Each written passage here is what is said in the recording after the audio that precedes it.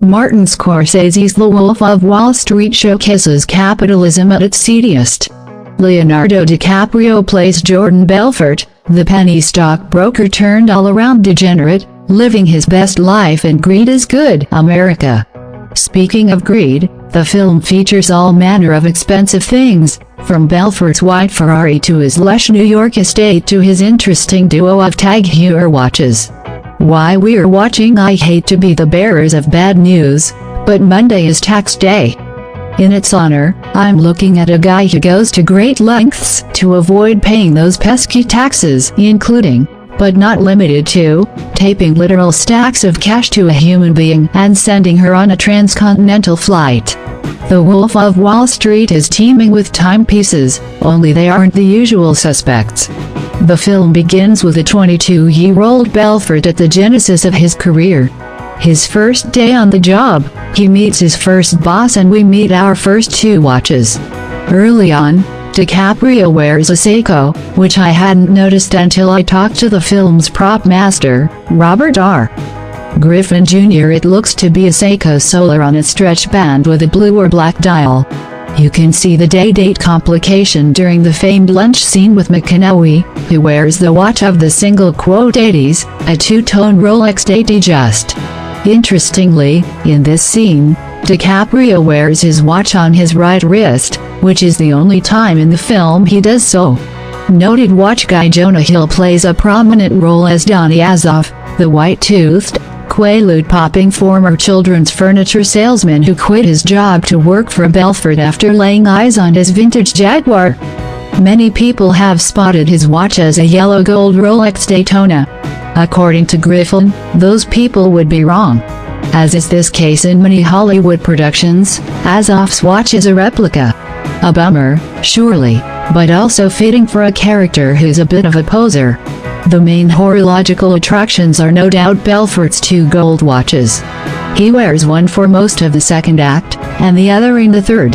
Much like the Azoff Daytona, one of Belfort's watches has also been misspotted. Many watch nerds have said yellow gold Rolex GMT Master on a Jubilee bracelet. It's not a bad guess, until you remember that DiCaprio was a TAG Heuer ambassador. As Griffin recalls, DiCaprio was able to make a call to TAG and have watches supplied for the film.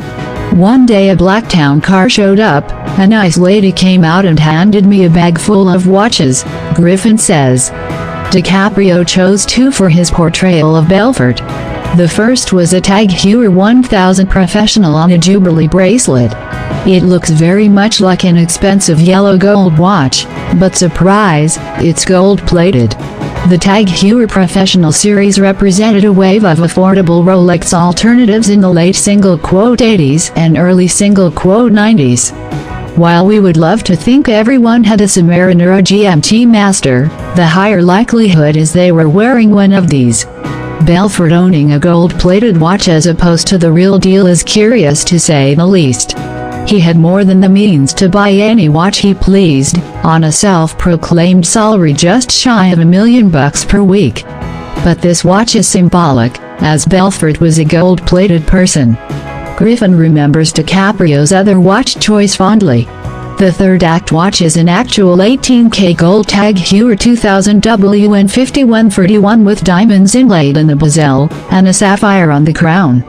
According to Griffin, this was the real deal and cost about $40,000. The watch was released by TAG in the late single quote 90s and early 2000s as an upmarket play. It flopped then and remains forgotten today. The easiest way to spot the difference between both Belfort watches is the bracelets. Rather than the Jubilee, this one has larger links with a polished center section. As Griffin recalls, the TAG Heuer watches sat in a safe in his prop trailer for nearly a year after filming wrapped until Paramount called, needing them for photo shoots. When we're watching we get a great glimpse of the TAG Heuer Professional 1000 just as Belfort starts to get a bit too cute with his finances. As DiCaprio narrates his character's stock manipulation scheme, we find Belfort on the golf course with his hometown cronies, business partners. Brad hands him a duffel bag of money which Belfort then coolly opens and then tosses into the back of his golf cart. As he does so, his gold-plated tag shines brightly under the tri-state sun.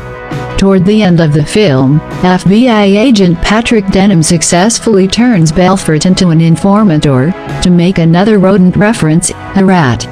As the FBI explains to Belfort that he'll need to give up his associates 02, 35, 04, and as Agent Denham puts the wire on him, you can see the TAG Heuer 2000 and its diamond bezel glimmering on Leo's wrist, presumably not for long.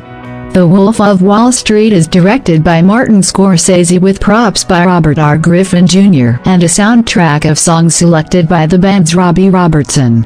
It's available to rent on Amazon or iTunes. You can find examples of the TAG Heuer Professional 1000 or TAG Heuer 2000 WN5131 on eBay and the Seiko Solar on Amazon.